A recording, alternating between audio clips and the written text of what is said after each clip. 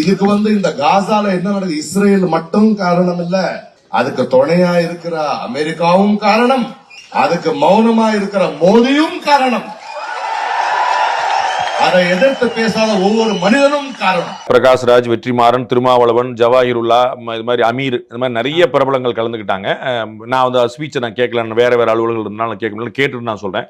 ஒருவேளை பிரகாஷ்ராஜ் இதற்கு நரேந்திர மோடி ஒரு காரணம் சொல்லி இருந்தாருன்னு அவர் தப்பு சொல்றார். அது குழப்பம் இல்ல, அவருடைய வன்மத்தை தீர்த்துக்கிறார். அது ஒன்றும் அவருடைய வன்மம் எந்த ரேஞ்சுக்கு நமக்கு தெரியும், அவ்வளவுதான். இந்த ஒரு கூட்டத்தில் பேசிட்டு போக வேண்டியதா, நமக்கெல்லாம் நடிகர்களை பார்த்து ஒரு சந்தோஷம், பிரகாஷ்ராஜ் நல்லா இருக்காருப்பா அப்படின்னு நேரோட சிவப்பா இருக்காரு பார்த்து சந்தோஷப்பட வேண்டியதான், வேற ஒன்றும் இல்லை. ஏன்னா அவர் பெங்களூர்ல அவருடைய சொந்த மாநிலத்தில் அவர் இதே மாதிரி சுயேட்சை போட்டிட்டு டெபாசிட் கூட வாங்க முடியாத இடத்துக்கு போனாருங்கிற நம்ம பார்த்தோம். மக்களுடைய ஆதரவு அவருடைய கருத்துக்கு அவ்வளவுதாங்கிறது தெளிவாக வந்துடும். ஒரு நடிகரா பிரகாஷ்ராஜ் சூப்பர், ஆனால் ஒரு ஆக்டிவிஸ்டா அவருடைய நிலைப்பாடு ரொம்ப தப்புங்கிறது மக்கள் ஒரு தடவைக்கு 10 முறை சொல்லிட்டாங்க.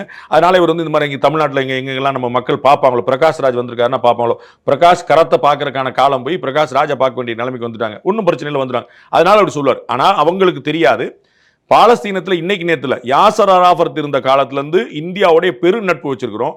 இன்னைக்கு வரைக்கும் இஸ்ரேலுடைய கருத்துக்கு முரணாக இருநாட்டு கொள்கையை வச்சிருக்கக்கூடிய முக்கியமான நாடு இந்தியா. இஸ்ரேலும் இருக்கணும், பாலஸ்தீனமும் இருக்கணும். இந்த கொள்கையில நேரம் அமெரிக்கா இல்ல, நிறைய நாடுகள் இல்ல. ஆனா இந்தியா ரொம்ப தெளிவா அந்த நாட்டில் இருக்கு. டே ஒன்ல நம்ம பாலிசியை மாற்றவே இல்லை. பாலஸ்தீனத்தை ஏற்கிறோம். யாசர் அராஃபத் இங்கே வந்திருந்தார், இந்தியாவுக்கு பயணம் மேற்கொண்டிருந்தாரு. அவருக்கு நோபல் பரிசு கிடைக்கிறதுக்கு நம்ம துணை நின்றோம், எல்லாமே பண்ணோம். அது பழைய கதை. இன்னைக்கு உள்ள கதையில இஸ்ரேல் போர் நடத்திக்கிட்டு இருக்கும்போது ரம்ஜான் மாதத்துல போர் தொடர்ந்தது. ரம்ஜான் மாதத்துல அப்ப இந்தியா நேரடியாக பாரத பிரதமர் நரேந்திர மோடி நேரடியாக பெஞ்சமின் நெத்தன்யாஹு பேசி ரம்ஜான் மாதத்துல போர் நிறுத்தம் மேற்கொள்ள சொல்லி 3 நாள் நிறுத்தி, அந்த சந்தர்ப்பத்தில் இந்திய உணவுப் பொருட்கள், உதவி பொருட்கள் அத்தனையுமே இங்க அனுப்பி அதை தடை பண்ணக்கூடாது, ஃபில்டர் பண்ணக்கூடாதுன்னு சொல்லி அத்தனை பொருட்களும் தடையற்ற அவங்களுக்கு கிடைக்கிறதுக்கு காரணமா இருந்து பாரத பிரதமர் நரேந்திர மோடி. பிரகாஷ்ராஜ் அவர்களுக்கு கண்ணும் தெரியாது, கருத்தும் தெரியாது, அவர் அப்படிதான் சொல்லுவார், there is no surprise. ஆனா இது நடந்த உண்மைங்கிறத யாரும் பார்க்கணும். இருநாட்டு கொள்கை இன்னைக்கு நம்ம பாரத பிரதமர் நரேந்திர மோடிட்ட, வெளியுறவுத்துறை அமைச்சர் ஜெய்சங்கர்ட்ட, செய்தி தொடர்பாளர் ரந்தீப் ஜெய்ஸ்வால்ட்ட நீங்க கேட்டீங்கன்னா ரொம்ப தெளிவாக பாலஸ்தீன் இருக்கணும் அப்படிங்கிறது. இஸ்ரேல் நமக்கு நட்பு நாடு, புரியுங்களா? இஸ்ரேல் நமக்கு ரொம்ப ஃப்ரெண்ட்லி நாடு. ஆனா இஸ்ரேலுடைய கருத்துக்கு எதிராக பாலஸ்தீனம் இருக்கும் நம்ம சொல்றோம், புரியுங்களா? இந்த ஆர்ப்பாட்டக்காரர்கள் அத்தனை பேருமே ஒரு விஷயத்தை புரிஞ்சுக்கணும், இது ரியாக்ஷன், ஆக்ஷன் இல்ல. இந்த போருங்கிறது ரியாக்ஷன்.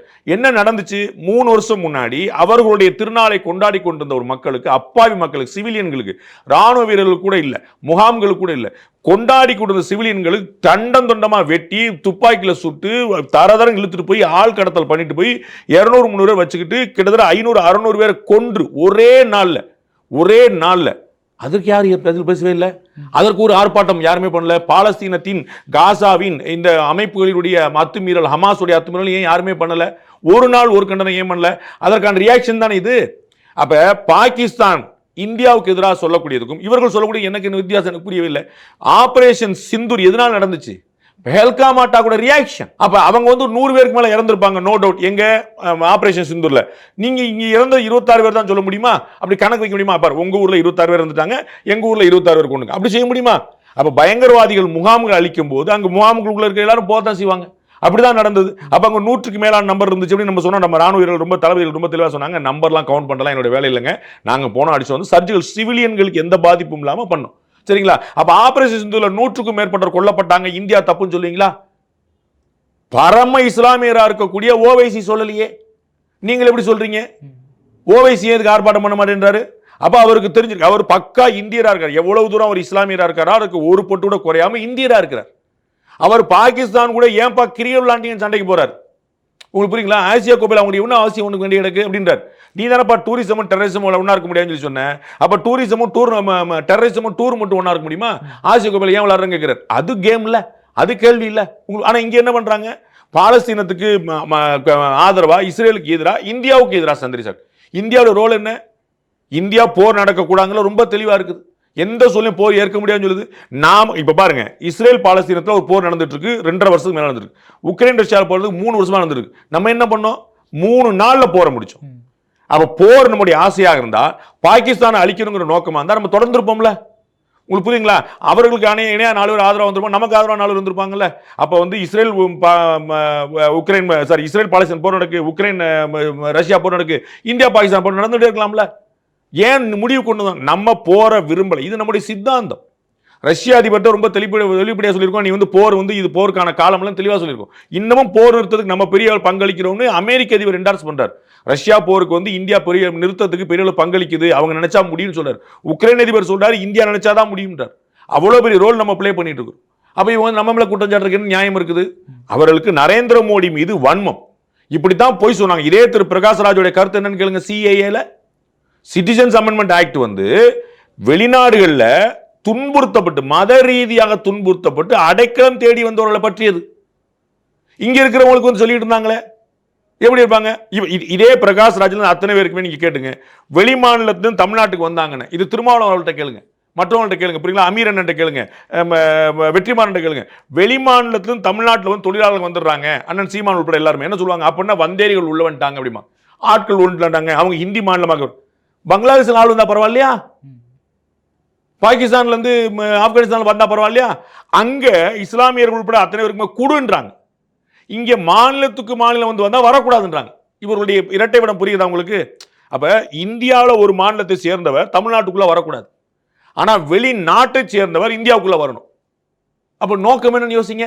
அப்ப இந்துக்களுக்கும் புத்திஸ்டுகளுக்கும் கிறிஸ்தவர்களுக்கும் நல்லா புரிஞ்சுக்கணும், இந்த சிஏஏல கிறிஸ்தவர்களும் சேர்க்கப்பட்டிருந்தார்கள். என மத ரீதியான துன்புறுத்தல் பாகுபாடு அவர்களுக்கும் இருந்தது. அப்ப இந்தியா, பாரத பிரதமர் நரேந்திர மோடி, பாஜக இவர்கள் வந்து இந்து மத வெறிபிடித்தவர்களாக இருந்தால் ஹிந்து புத்திஸ்ட் ஜெயின் மட்டும் சொல்லியிருப்பாங்களா? கிறிஸ்தவர்கள் ஏன் சேர்க்கணும்? கிறிஸ்தவர்கள் அப்ப மத ரீதியான துன்புறுத்தல்ங்கிறது இஸ்லாமியர்களுக்கு இருக்க வாய்ப்பு இல்லை. ஏன்னா மூணுமே இஸ்லாமிய நாடுகள், சரிங்களா? பங்களாதேஷ் இஸ்லாமிய நாடு, பாகிஸ்தான் இஸ்லாமிய நாடு, ஆப்கானிஸ்தான் இஸ்லாமிய நாடு. அப்ப இஸ்லாமிய நாடுல இஸ்லாமியராக இருக்க முடியலன்னு ஒருத்தர் வெளிவர முடியாது. அதனால அங்க உள்ள இஸ்லாமியர்களுக்கு கொடுக்கல. அப்ப மத ரீதியாக துன்புறுத்தப்பட்டு வெளியே தப்பிச்சு ஓடி வேற வழி இல்லாம இருக்கிறவங்களுக்கு அடைக்கலமா இந்தியா நிக்குது, ரைட்டுங்களா? அப்ப இவர்கள் இந்த இஸ்லாமியர்களுக்காக அக்கறைப்படக்கூடிய இந்த ஜவாஹிருல்லா அண்ணன், திருமா அண்ணன், அமீர் அண்ணன், மற்ற எல்லா பெருமக்களும் ரோஹிங்கியா முஸ்லீமை பங்களாதேஷ்ல வச்சுக்க சொல்லி சொல்ல வேண்டியதானே? ரோஹிங்கியா முஸ்லீமை பாகிஸ்தான் வச்சுக்க சொல்லி சொல்ல வேண்டியதானே? ரோஹிங்கியா முஸ்லீமை ஆப்கானிஸ்தான் வச்சுக்க, அவர் முஸ்லீம்கள் இல்லையா? ரோஹிங்கியா இஸ்லாமியர்கள் தானே? அவர்களை பங்களாதேஷ்லயோ பாகிஸ்தான்லயோ ஆப்கானிஸ்தான்லயோ வச்சுப்பாங்களா? அப்ப இவருடைய எண்ணம் பாருங்க. முஸ்லிம்களுக்காக குரல் கொடுக்கிறார்கள் என்று சொன்னால் ஏன் ரோஹிங்கியாக்காக கொடுக்கல? முஸ்லிம்களுக்காக குரல் கொடுக்கிறார்கள் என்று சொன்னால் இந்த கம்யூனிஸ்ட் கட்சிகள் உய்குர் முஸ்லிம்களுக்காக ஏன் சைனால குரல் கொடுக்கல? சைனால உய்குர் முஸ்லிம்கள் வந்து இனப்படுகொலை செய்யப்படலாம் குற்றச்சாட்டு இருக்கு.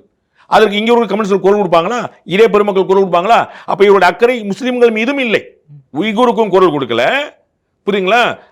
ரோஹிங்கியாவுக்கும் குரல் கொடுக்கல. சரி, அப்ப உள்நாட்டவர்கள் சேர்ந்து கொடுக்குறாங்களா? கொடுக்கல. அவருடைய நோக்கம் பூரா ஆப்கானிஸ்தானியர்கள் உள்ள கொண்டு வரணும், பாகிஸ்தானியர்கள் உள்ள கொண்டு வரணும், பங்களாதேஷியர்கள் உள்ள கொண்டு வரணும். வேற என்ன சிந்தனை இருக்கு?